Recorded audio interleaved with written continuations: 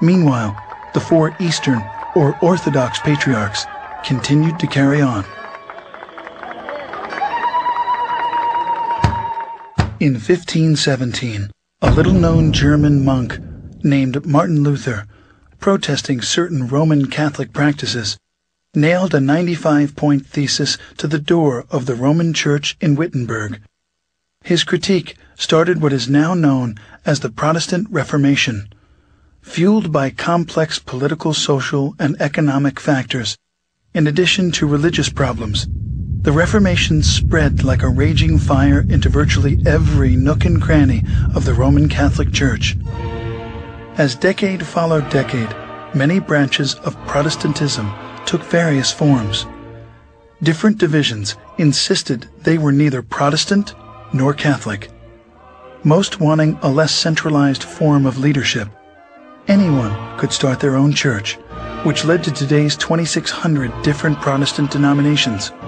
While many profess to being Christians, they reject the biblical data which speak of the historic church, throwing the baby out with the bathwater. Some pretended to be the New Testament church, but were seriously off base, leading many people far astray from Christ and the church. But that first church of the apostles, despite persecution, political oppression, and desertion, miraculously carried on. Today, the four patriarchates remain intact, in full communion, maintaining the original apostolic faith of the New Testament record. The holiest two Christian shrines, the Nativity, where Jesus was born, and the Sepulchre, where Jesus was buried and resurrected, are still protected to this day by the Orthodox Church. As the 165th direct successor to the Apostle Peter, the Patriarch of Antioch, Ignatius IV, presides on a street called Straight, as is mentioned in the Bible.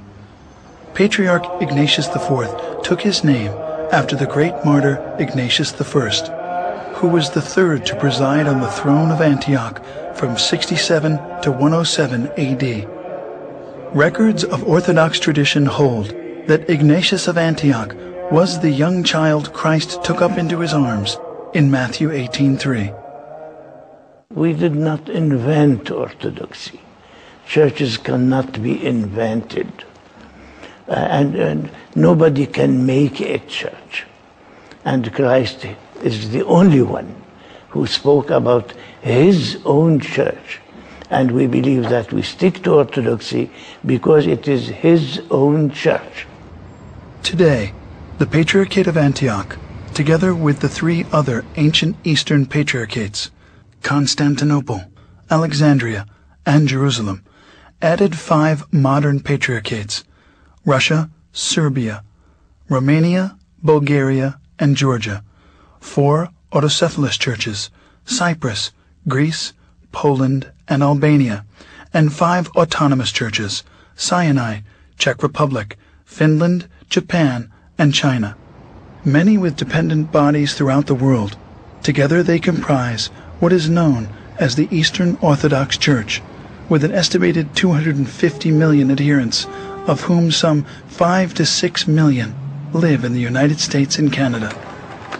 According to Mr. Daley Smith of Southern Baptist Ministries, people are leaving church feeling empty on Sundays. They are not being lifted spiritually. Similar reports come from Europe and South America, where church members are simply dropping out. My parents raised me Baptist, and it wasn't ever really doing it for me.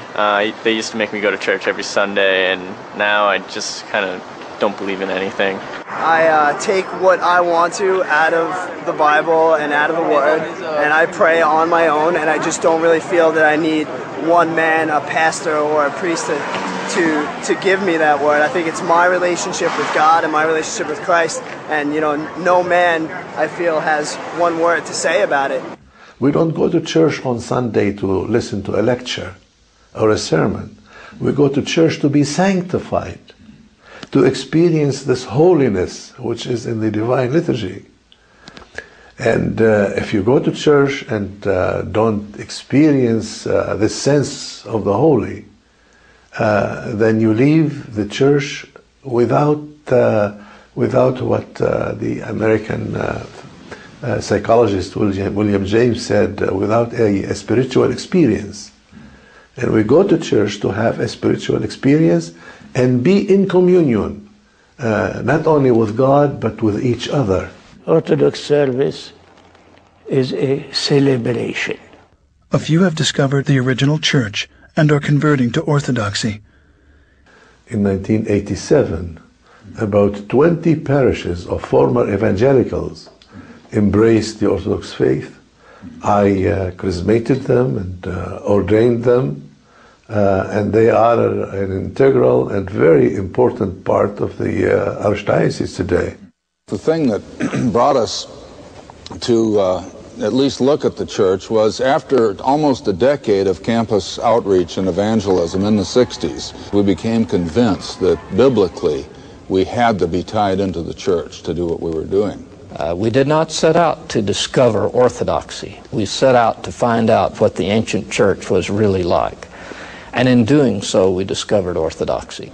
O you Orthodox Christians, may the Lord God remember His heavenly kingdom, always, now, and ever, and unto the ages of ages.